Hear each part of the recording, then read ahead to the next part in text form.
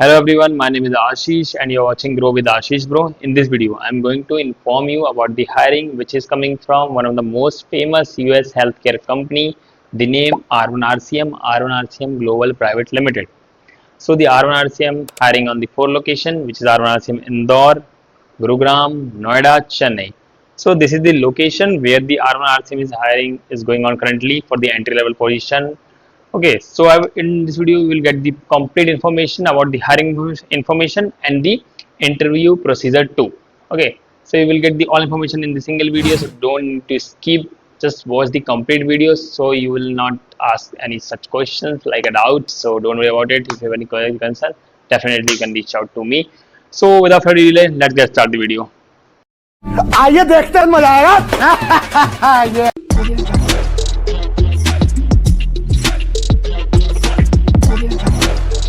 Alright, since this video can be a lengthy, so this will be only the first part. You will need to watch the second part, a link which can be available in the description. Okay, so I request you do not forget to watch the second part because in the second part I will cover all the interview procedure in detail and with my guidance. Okay, so do not forget to watch that video. And what? Hindi बोल हिंदी। ना लाडले हिंदी नहीं चलेगी इधर. For this job, you have to speak a fluent English at the time of interview and in workplace as well. चुप हो जा सातवीं फेल चुप So ऐसा नहीं है कि आप लोग नहीं कर सकते, बल्कि इतना स्ट्रॉन्ग नहीं चाहिए, बस हाँ बड़ा वो प्रिपेयर करना पड़ेगा अच्छे से कि because in US healthcare they are asking for their strong communication skills, so you must have that skills. Okay, so थोड़ा सा प्रिपेयर कर लोगे तो आपको इंटरव्यू हो जाएगा. इतने लोग हैं आते हैं, इतने लोग इंटरव्यू देते हैं, हो जाता है उनका. बस थोड़ा सा प्रिपेयर करके आते हैं, आप भी बस थोड़ा सा प्रिपेयर करके आइएगा तो आपका भी इंटरव्यू हो जाएगा. So thanks love you. I am starting with the eligibility criteria where if you are a graduate, if you're a graduate so you're eligible, and if you are undergraduate so you must have experience, whether that can be a RCM or non-RCM. Non-RCM experience would be calling experience, sales experience, and any BPO experience will be considered for this job role. Okay, so इस job role मैंने आपको बता दिया, अगर आप graduate हो तो आपको कोई दिक्कत नहीं है, आपके पास एक्सपीरियंस हो या ना हो जाएगा. पर अगर आप अंडर ग्रेजुएट हो तो उसके लिए आपको एक्सपीरियंस चाहिए एटलीस्ट. वैसे तो अभी 6 मंथ का अभी कंसिडर कर रहे थे, अभी उन्होंने बीच में 1 साल का कर दिया है, तो वो वेरी होता रहता है. तो एटलीस्ट आपके पास 1 साल का एक्सपीरियंस होना चाहिए नॉन RCM का अगर है, सॉरी अगर अंडर ग्रेजुएट है तो उनके पास एक्सपीरियंस होना चाहिए 1 साल का, तभी वो अप्लाई कर सकते हैं इस जॉब रोल के लिए.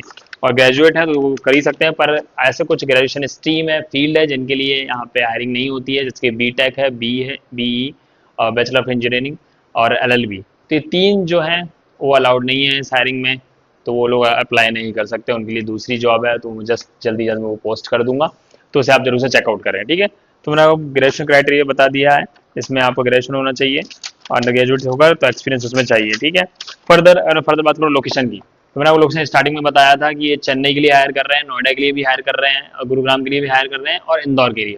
अरे भाई सॉरी यार, पर थोड़ा इधर भी ध्यान दो यार, 2 बजे वीडियो बन रही है, थोड़ा सा लाइक शेयर सब्सक्राइब बनाए रखो, अपने फ्रेंड के साथ शेयर करो. ठीक है, अभी 2 बजे वीडियो बन रही है, वो बात अलग है कि 7 बजे अपलोड हो रही है, पर बन रही है 2 बजे, तो थोड़ा सा मेंटेन रखो यार, थोड़ा सा लाइक सब्सक्राइब शेयर करते रहो. बाकी आप इंटरव्यू देने का जरूर जाओ, अगर आपको सिलेक्शन होता है तो मुझे बेहद खुशी होगी. Thank you guys. तो ये 3-4 लोकेशन है जिनके लिए R1RCM के ऑफिस में हायरिंग चल रही है अभी फिलहाल एंट्री लेवल रोल पे.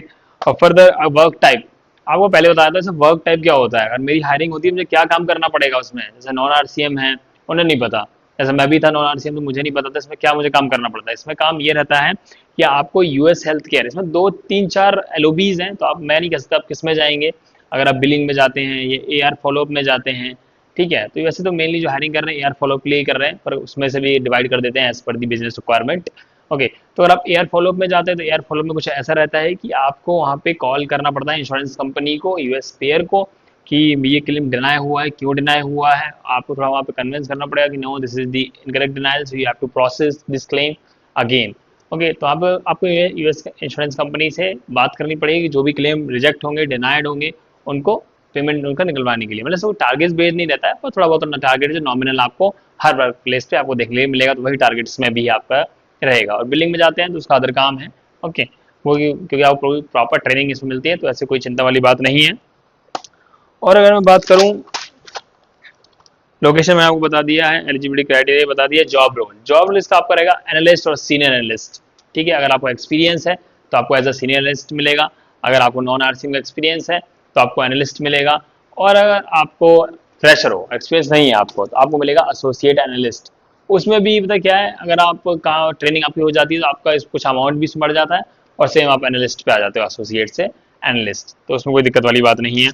बाकी अगर पर्क और बेनिफिट की बात करूँ तो as a US health care company आपको पर्क एंड बेनिफिट आपको देते हैं। सबसे पहले आपको वर्क लाइफ बैलेंस, ऐसा कोई प्रेशर आपको नहीं मिलेगा एज सच जो अदर कंपनी में होता है।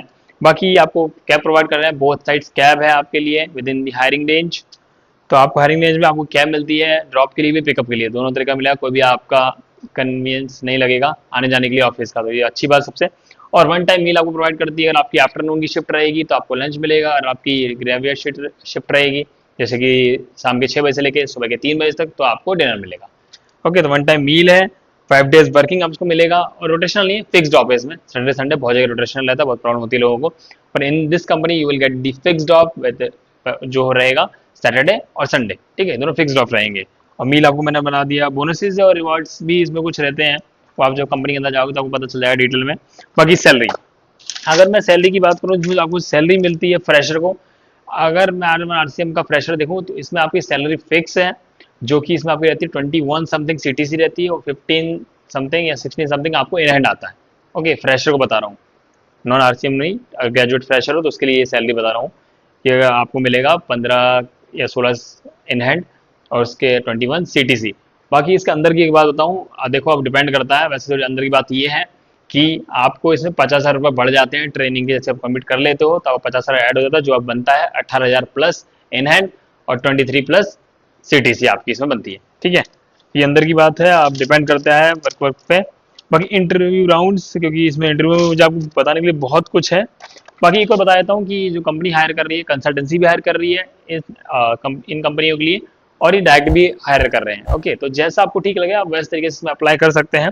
बाकी एज क्राइटेरिया इसमें रखा गया है, एज आपकी जो क्राइटेरिया है इसमें 30, इसमें मैक्सिमम आप 30, अगर 30 तक के हैं तभी अप्लाई कर सकते हैं, 30 के बाद ये लोग नहीं लेंगे, उसके लिए बहुत सारी कंडीशन एप्लीकेबल हो जाएगी, जो कि एचआर आपको बताएंगे। ठीक है, अगर आपका 30 की एज है तो आपने बता दीजिएगा, मैं अगर जरूर कंफर्म कर लूँगा। बाकी इसमें मैक्स टू मैक्स 30 एज तक ही रहता है।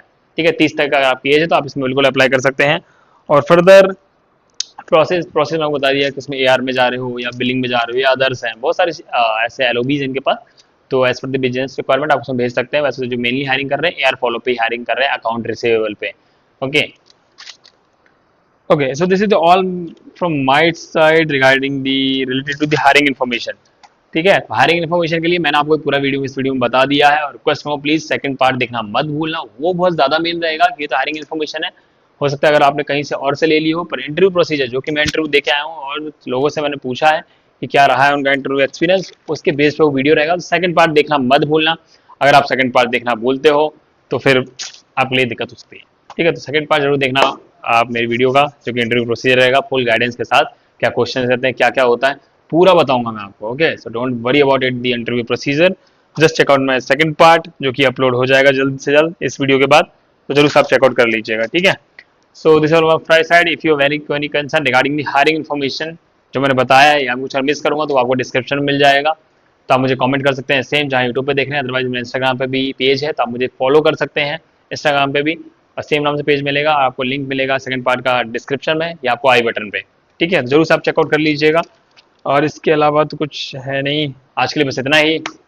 आज के लिए फिलहाल इतना ही। आपकी तरह मैं भी मायूस हूँ। बाकी हमारे चैनल को सब्सक्राइब करना मत भूलना, वीडियो को लाइक करो, कमेंट्स करो, ज़्यादा से ज़्यादा कमेंट करो, कैसा आपको वीडियो लगा, आपको समझ में आ रहा है कि नहीं आ रहा जो मैं बता रहा हूँ, अगर समझ में आ रहा है तो प्लीज़ कमेंट कीजिए आप, और जल्द से जल्द जाइए जॉब लीजिए, इंटरव्यू देने के लिए जाइए। Thank you so much.